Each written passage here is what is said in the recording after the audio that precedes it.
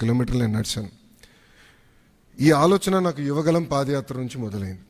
మీరు ఒక్కసారి కానీ మా స్పీచ్లు కూడా మీరు చూస్తుంటే, నా స్పీచ్ చూస్తుంటే నేను పదే పదే చెప్పేవాడిని, ఒక బటన్ నొక్కితే భోజనం వస్తుంది, ఒక బటన్ నొక్కితే సినిమా చూస్తున్నాం, ఒక బటన్ నొక్కితే ట్యాక్సీ వస్తుంది, కానీ ఒక బటన్ నొక్కితే ఎందుకు ప్రభుత్వం మీ దగ్గరికి రావట్లేదు, ఆ ఛాలెంజ్ నేను స్వీకరిస్తున్నానని ఆనాడు చెప్పాను.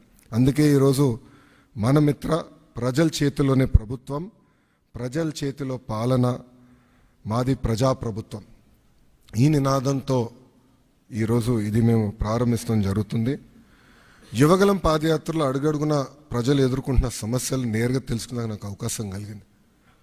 పొద్దున నేను బస్ దిగి పాదయాత్ర ప్రారంభించిన దగ్గర నుంచి మళ్ళీ తిరిగి బస్ ఎక్కే వరకు ప్రజలతో ఉన్న, కార్యకర్తలతో ఉన్న, నాయకులతో ఉన్న, ఊరు నుంచి ఊరు నేను నడిచేటప్పుడు కూడా అక్కడ ప్రజలతో మాట్లాడేవాడిని, లేదంటే కార్యకర్తలతో మాట్లాడేవాడిని, నాయకులతో మాట్లాడేవాడిని, వాళ్ళ సమస్యలు నేను తెలుసుకునేవాడిని. అది జరిగినప్పుడు నేను రైతుల్ని కలిసా, మహిళల్ని, విద్యార్థుల్ని, కుల వృత్తుల వాళ్ళని కూడా కలుస్తాం జరిగింది. వాళ్ళందరినీ కలిసినప్పుడు వాళ్ళు ఒకటే అడిగారు, పద్దాక మమ్మల్ని మా కాస్ట్ సర్టిఫికేట్ ఉందంటే ప్రతి ఇన్ని నెలలకు ఒకసారి మిమ్మల్ని ఎందుకు తీసుకోవాలి, ఇన్కమ్ సర్టిఫికేట్ ఉంది మళ్ళీ మేము అధికారుల దగ్గరికి ఎందుకు వెళ్ళాలి, పవర్ బిల్ చెల్లించాలంటే ఎందుకు సీమ్లెస్గా మేము చెల్లించలేకపోతున్నాం, లేదంటే ఆర్టీసీ టికెట్ తీసుకోవాలన్నా మేము బస్ ఎక్కిన తర్వాత ఎందుకు తీసుకోవాలి, ముందర మేము ప్లాన్ చేసి ఎందుకు, పదే పదే నన్ను అడగటం జరిగింది. ఇంతేకాకుండా మీరు చూస్తే గత 5 సంవత్సరాల పరిపాలనలో నేను అనేక సందర్భాల్లో సర్టిఫికెట్ రానికుండా చేసిన పరిస్థితులు చూసాం. అంటే అది చూసిన తర్వాత ఎందుకు అట్లా ఉండాలి. మీరు చూస్తే దుగ్గిరాల నియోజకవర్గంలో ఒక ఎంపీటీసీ గారు పోటీ చేస్తుంటే, దుగ్గిరాల మండలంలో ఎంపీటీసీ గారు పోటీ చేస్తుంటే సర్టిఫికెట్ ఆనాడు ఇవ్వలేదు, కావాలని బీసీ సర్టిఫికెట్ ఇవ్వలేదు. సో ఆ రోజు నాకు అర్థమైంది, సిస్టంలో ఒక లోపం ఉంది, ఇది కరెక్ట్ చేయాలి, ఎవరు ఇట్లా సర్టిఫికెట్ కోసం ఎవరు ఇబ్బంది పడకూడదు అనే ఆలోచనతో మొదలైంది.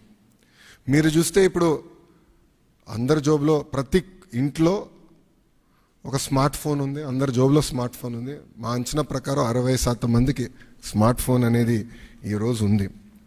దాంట్లో ప్రధానంగా వాట్సాప్ అనేది అందరు ఇన్స్టాల్ చేసుకుంటారు. మీరందరూ కూడా వేలాది గ్రూపుల్లో ఉంటారు. నాకు కూడా ప్రభుత్వం పొరపాట్లు చేస్తే నాకు కూడా ఇక్కడున్న మీడియా మిత్రులతో సహా ప్రజలు కూడా మెసేజ్లు చేస్తాం జరిగింది.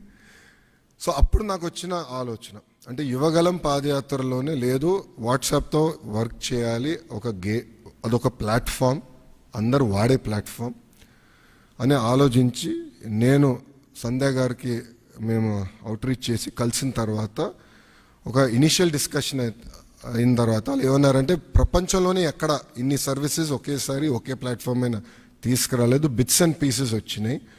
సో ఆర్టీసీ చేసి ఉండొచ్చు, లేదంటే మున్సిపాలిటీ చేసి ఉండొచ్చు, ఎవరు వాళ్ళు చేశారు, యాజ్ అ స్టేట్ ఎవరు చేయలేదు, ఇది వన్ ఆఫ్ ఇట్స్ కైండ్, మీరు చేయగలుగుతారా, అవుతుందా, మార్పు మీరు సిస్టంలో తీసుకురాగలుగుతారా అని నన్ను అడిగారు.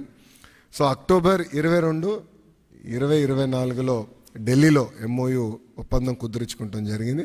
ఆ రోజు నేను ఛాలెంజ్ స్వీకరించాను, డిసెంబర్ నెలాఖరికల్లా లాంచ్ చేస్తామని మేము చెప్తాం జరిగింది. వాస్తవంగా 1 నెల ఎక్కువ తీసుకున్నాం.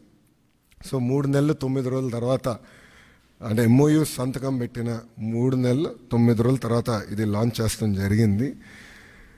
ఇది మీరు ఒక్కసారి చూస్తే 36 డిపార్ట్మెంట్లని ఇంటిగ్రేట్ చేయాలి. సో ఇది చాలా చాలా కాంప్లెక్స్ ప్రాజెక్ట్. మొదటి విడతలో 161 సర్వీసెస్ లాంచ్ చేస్తున్నాం. మా టీం చెప్పొద్దన్నారు, బట్ నేను చెప్తున్నాను, ఈరోజు 2వ విడతలో 360 సర్వీసెస్ మేము లాంచ్ చేస్తాము. There is no debate, no discussion, we will launch. So ప్రజలకి ప్రభుత్వం మధ్యన ఇదొక ప్లాట్ఫామ్గా ఏర్పాటు చేసి రియల్ టైం సర్టిఫికేట్స్ వాళ్ళకి డెలివర్ చేసే బాధ్యత మన ప్రజాప్రభుత్వం తీసుకుంటుంది.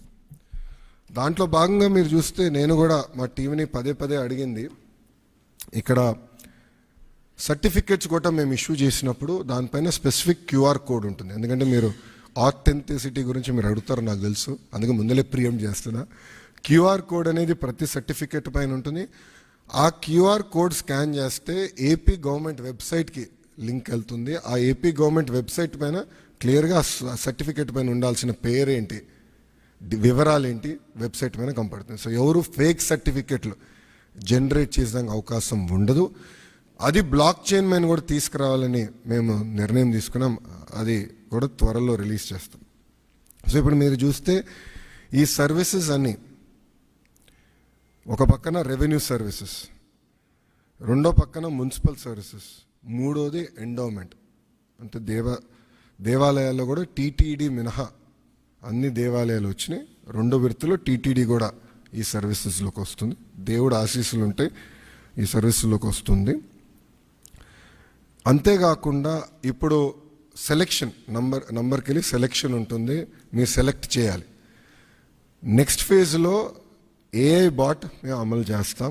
సింపుల్గా మీరు వెళ్ళి నాకు బస్ టికెట్ ఈ ఊరు నుంచి ఈ ఊరికి రావాలంటే సింపుల్గా డన్, ఇది ప్రైస్, మీరు డబ్బులు కట్టండి bus ticket will be issued. అట్లా ఏఐ బాట్ పెట్టాలని మేము నిర్ణయం తీసుకున్నాం. రెండో విడతలో చేద్దాం అనుకున్నాం. అంతేకాకుండా వాయిస్ కూడా, అంటే ఇంగ్లీషే కాకుండా తెలుగు భాషలో కూడా డైరెక్ట్గా చెప్తే సిస్టమ్ రెస్పాండ్ అయ్యే విధంగా చేయాలని మేము నిర్ణయం తీసుకున్నాం. వాస్తవంగా ఇది ప్రపంచంలోనే ఎక్కడ చేయలేదు, తొలి రాష్ట్రం మనం. ఇది కూడా మేము నేర్చుకుంటున్నాం దీంట్లో. ఇది పర్ఫెక్ట్ అని నేను అన్ను. లోడ్ టెస్టింగ్ అన్నీ చేసాం, ఇంకా నేర్చుకోవాల్సిన అవసరాలు చాలా ఉన్నాయి మాకు. ఎక్కడన్నా ఆంధ్రుడు వచ్చి లాగిన్ అయ్యి ఎక్కడ ఫెయిల్ అయింది, ఎందుకు ఫెయిల్ అయింది, సిస్టంలో లోటుపాట్లే ఉన్నాయి. రియల్ టైమ్ గవర్నెన్స్లో కూడా ఇంటిగ్రేషన్ ఆఫ్ డేటా అన్ని డిపార్ట్మెంట్స్ నుంచి జరుగుతుంది. అన్ని డిపార్ట్మెంట్స్ డేటా తీసుకొచ్చి ఒక డేటా లేక్ క్రియేట్ చేసి సీమ్లెస్ సర్వీసెస్ ఆంధ్రులకి అందించాలని లక్ష్యంతో మన ప్రభుత్వం పనిచేస్తుంది. సో ఇది బ్రాడ్ ఎజెండా. ఇది గత 3 నెలలుగా టీమ్స్ అహర్నిశలు కష్టపడ్డారు. గత 15 రోజులుగా స్ట్రెస్ టెస్టింగ్ కానివ్వండి అన్నీ చేస్తూ జరుగుతుంది. ఇంకా ఫైన్ ట్యూన్ చేయాలనేది నాకు ఇంకా అర్థమైంది. ఇదొక జర్నీ, ఇది డెస్టినేషన్ కానే కాదు. ఇది ఇంకొక 6 నెలల్లో I believe we can bring out an ideal product. అంటే అన్ని సర్వీసెస్ ఏఐ వాయిస్ కలిపి ఒక 5-6 నెలలు పడుతుంది. ఇది ఫేజ్ 1 కింద లాంచ్ చేస్తాం జరిగింది. సో ఏదైతే నేను పదే పాదయాత్రలో చెప్పానో, ఏ హామీ అయితే నేను పాదయాత్రలో ఇచ్చానో దాంట్లో భాగంగా ఈ హామీ నేను నిలబెట్టుకుంటాం జరిగింది. ముందు ఇది స్ట్రీమ్లైన్ చేస్తాం. ఆర్టీజీలో కూడా నేను భాస్కర్ గారు కూడా క్లియర్గా చెప్పాను, citizen is our centre of universe. Citizen services మనం డెలివర్ చేయాలి, అతనుకున్న పెయిన్ పాయింట్స్ అన్ని మనం రిజాల్వ్ చేయాలని పదే నేను భాస్కర్ గారు కూడా చెప్తాం జరిగింది. ఆ దిశగా మన ప్రభుత్వం ముందరికి వెళ్తుంది. ప్రజలే చూస్తారు వచ్చే 6 నెలలు, సంవత్సరం లోపల ఎంత మార్పు వస్తుందనేది ప్రజలే